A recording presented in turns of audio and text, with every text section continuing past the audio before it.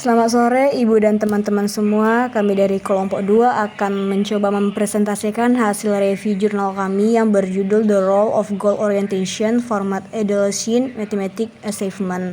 Adapun kami kelompok 2 yaitu saya Oktaviani Gula sebagai moderator dan juga penyaji. Ada teman saya Aryo Manurung, Muhammad Riyandi Sihaan dan juga Meli Pulaisi Sunurat sebagai penyaji. Nama saya Meli Polisi Sinurat, NPM 199000044.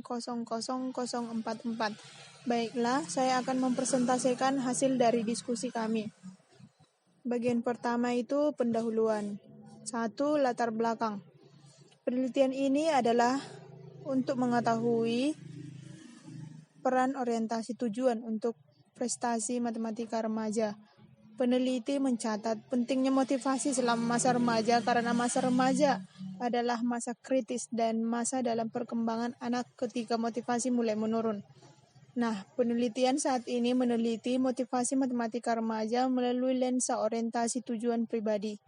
Penelitian ini mencoba untuk memperjelas hubungan ini dengan memperkirakan hubungan antara perubahan orientasi tujuan dan perubahan standar siswa nilai tes matematika untuk kelompok siswa sekolah menengah di satu distrik di sekolah California.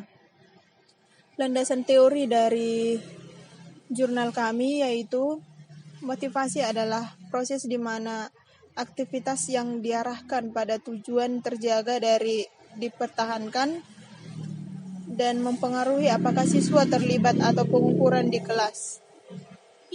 Dianggap sebagai ciri umum, motivasi sekarang dipelajari multidimensi secara rasional, misalnya melalui orientasi tujuan pribadi atau alasan siswa untuk terlibat dalam tugas akademik khusus domain. Keyakinan pada kemampuan seseorang untuk berhasil dalam studi tertentu dan nilai tugas. Peneliti juga mencatat pentingnya motivasi selama masa remaja karena masa remaja adalah masa kritis dan masa dalam perkembangan anak ketika motivasi mulai menurun. Yang berikutnya itu tujuan penelitian dari jurnal kami, yaitu untuk meneliti hubungan antara peran orientasi tujuan untuk prestasi matematika remaja. Tujuan penelitian tambahannya adalah bahwa orientasi tujuan adalah suatu pengaruh pada motivasi berprestasi. Yang berikutnya itu hipotesis penelitian dari jurnal kami. Antara lain, hipotesis pertama diberikan dukungan teoritis yang kuat dalam literatur di masa depan. Orientasi tujuan penguasaan pribadi diharapkan menjadi sebuah prediktor positif yang signifikan terhadap prestasi belajar matematika. Hipotesis kedua, temuan yang bertentangan dalam literatur. Hipotesis eksplisit tidak ditawarkan mengenai efek dari kinerja orientasi tujuan pendekatan Mensi. Posisi eksplorasi diambil untuk memeriksa hubungan antara tujuan pendekatan kinerja, orientasi, dan prestasi matematika untuk ini secara etnis sampel yang beragam. Nah, yang hipotesis ketiga yaitu diberikan dukungan teoritis yang kuat dalam literatur. Orientasi tujuan penghindaran kinerja pribadi adalah diharapkan menjadi prediktor negatif yang signifikan dan pencapaian.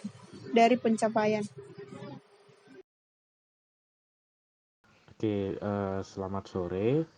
Saya Muhammad Riyandi Sihaan, NPM 199035 akan melanjutkan presentasi dari teman saya bagian metode penelitian. Yang pertama, variabel penelitian.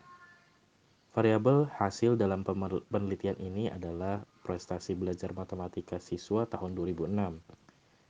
Prediktornya adalah 3 orientasi tujuan pribadi, penguasaan, pendekatan kinerja, dan penghindaran kinerja. Kontrol termasuk prestasi matematika sebelumnya, jenis kelamin, ras atau etnis, status makan siang gratis atau dikurangi, status pembelajar bahasa Inggris, tingkat kelas, dan kelas matematika yang diambil pada tahun 2006. Yang kedua, ada partisipan atau sampel penelitian. Analisis yang disajikan dalam penelitian ini dilakukan pada 2.231 siswa yaitu 1185 di kelas 7 dan 1046 di kelas 8, yang terdiri dari 4 sekolah menengah di distrik sekolah perkotaan di California pada tahun 2004 sampai 2006. Sampel dibagi cukup merata menurut jenis kelamin, yaitu 1104 pada laki-laki dan 1127 pada perempuan, dengan usia rata-rata 12,5 tahun dengan simpangan baku 0,16.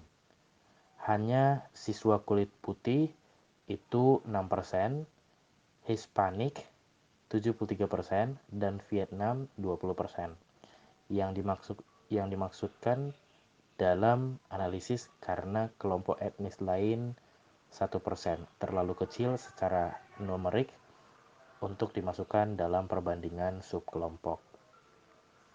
Yang ketiga, ada material atau instrumen penelitian. Bahan yang digunakan dalam penelitian yaitu 8 kata dalam bahasa Inggris dinilai oleh para peneliti sebagai kata baru.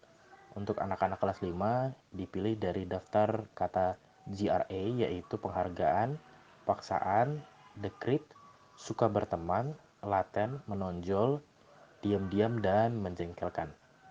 Menurut wordcount.org, Haris 2003, semuanya kata-kata berada di luar kata yang paling sering digunakan dalam 9.000 kata bahasa Inggris lisan dan tulisan.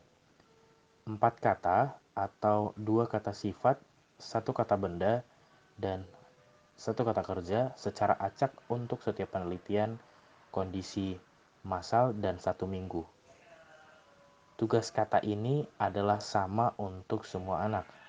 Semua kosakata dijadikan kepada anak-anak dalam buku kerja yang terdiri dari 3 halaman, yaitu ada di lampiran A pada makalah atau pada jurnal. Selanjutnya, halaman pertama mencantumkan 4 kosakata untuk dipelajari. Halaman kedua menunjukkan definisi sebenarnya dari kata-kata. Halaman ketiga memiliki ruang untuk anak-anak menulis, menurunkan definisi kata tersebut, dan menggunakan kata tersebut dalam kalimat. Selanjutnya, yang keempat, ada desain atau prosedur penelitian. Model konseptual pencapaian yang memandu analisis empiris kami memandang prestasi matematika sebagai produk dari tingkat motivasi siswa di masa lalu dan faktor penentu lainnya. Kita misalkan memiliki 2 periode sekolah, 1 dan 2. Di 1, R motivasi 1 adalah tingkat motivasi rata-rata selama periode 1 dan Z adalah penentu pencapaian lainnya. Memperkirakan 1 dengan data cross-sectional bermasalah karena potensi bias TLD B1 yang timbul dari komponen yang sulit diukur Z, seperti dinamika kelas, pengaruh teman sebaya, dan aplikasi keluarga approach untuk pendidikan yang berkorelasi dengan motivasi dan prestasi. Tetapi sekarang anggaplah penentu prestasi yang diukur nanti di sekolah pada akhir periode 2 memiliki struktur yang serupa. Dalam hal ini, pencapaian selanjutnya adalah produk dari tingkat motivasi baru-baru ini yang lebih jauh. Menggunakan kata D untuk menunjukkan perubahan. Mengurangi 1 dari 2, memberikan. Selanjutnya, dalam persamaan ini, perubahan pencapaian antara akhir periode 1 dan 2 adalah produk dari level rata-rata motivasi di periode 2. Pengaruh yang mungkin dari invarian waktu Z kata karakteristik terukur dan tidak dibedakan dari 3, yang kemungkinan akan menghasilkan perkiraan pengaruh motivasi pada prestasi yang kurang bias daripada yang akan terjadi dalam estimasi cross-sectional. Persamaan 1, persamaan 3 adalah dasar untuk pekerjaan empiris. Mereka memperkirakan persamaan 3 sebagai model sisa perubahan dengan menggunakan pencapaian waktu 2 sebagai variabel dependen dan pencapaian waktu 1 sebagai prediktor. Tetapi menafsirkan B1 yang menghubungkan tingkat motivasi rata-rata selama periode 2 dengan perubahan pencapaian antara akhir periode 1 dan 2. Kami juga menjalankan model perubahan sederhana dengan mengurangi waktu satu pencapaian dari waktu 2 pencapaian. Dan hubungan antara orientasi tujuan dan prestasi matematika hampir identik dengan hasil dalam model perubahan sisa. Baiklah, saya akan menjelaskan tentang hasil dan pembahasan dari hasil review jurnal kami ini. Berdasarkan sarananya, standar deviasi dan tentang skor untuk variabel orientasi tujuan dan 2 variabel pencapaian mengukur bahwa ketiga tujuan orientasi penguasaan memiliki rata-rata tinggi dibandingkan pendekatan kinerja dan penghindaran kinerja untuk keseluruhan sampel. Jadi korelasi antara variabel menunjukkan bahwa orientasi penguasaan berkorelasi positif dan sedang dengan pendekatan kinerja, di mana R-nya itu 0,37 dan penghindaraan kinerjanya R-nya itu 0,17 orientasi tujuan. Juga pendekatan kinerja dan kinerja orientasi tujuan penghindaran sangat berkorelasi positif dengan terkait satu sama lain. Jadi ketiga korelasi tersebut signifikan pada tingkat P lebih kecil 0,001. Korelasi antara prestasi matematika tahun 2006 itu variabel dependennya dan orientasi tujuan individu umumnya sesuai dengan penelitian hipotesis. Nah, jadi artinya penguasaan memiliki korelasi positif yang ringan dengan prestasi. Tidak ada korelasi antara kinerja approach dan prestasi, dan kinerja penghindaraan itu sangat sedikit korelasi negatif dengan prestasi. Selanjutnya, kesimpulan dari jurnal ini mengatakan bahwa penelitian saat ini meneliti hubungan antara tujuan orientasi pribadi siswa dan prestasi matematika, sedangkan ketiga orientasi tujuan pencapaiannya adalah berkolaborasi dengan prestasi matematika.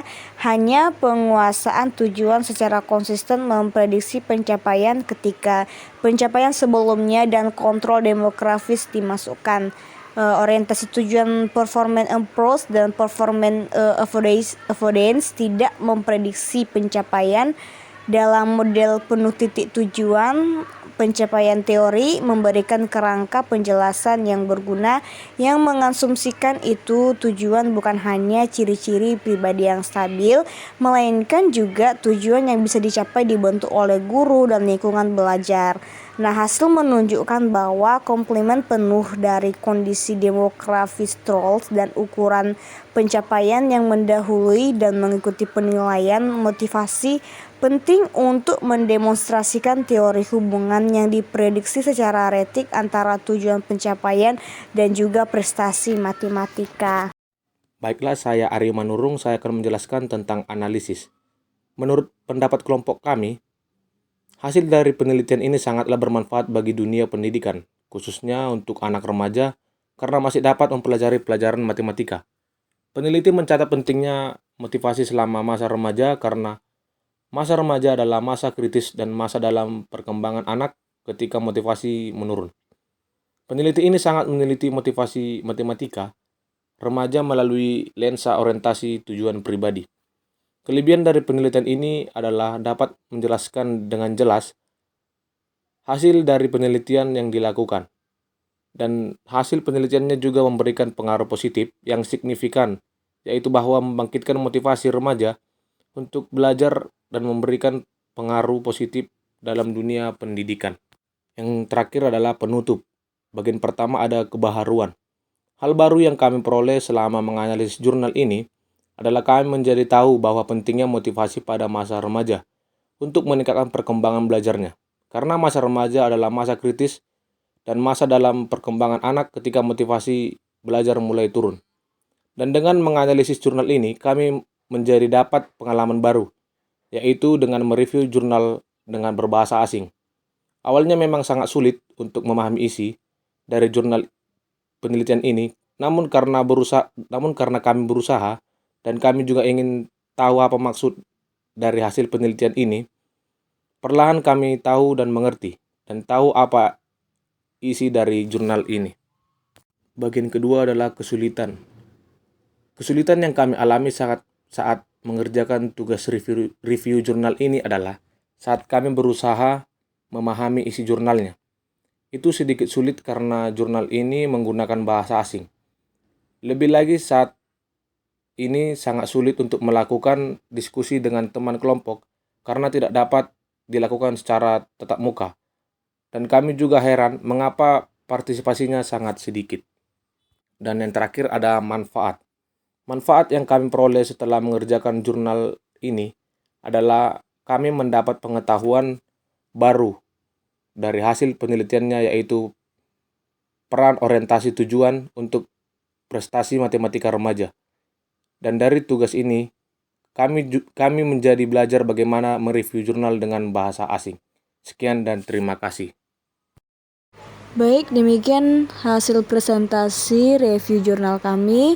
Kami minta maaf jikalau ada kesalahan baik dalam tutur kata, perkataan maupun setiap kalimat dari PPT ini.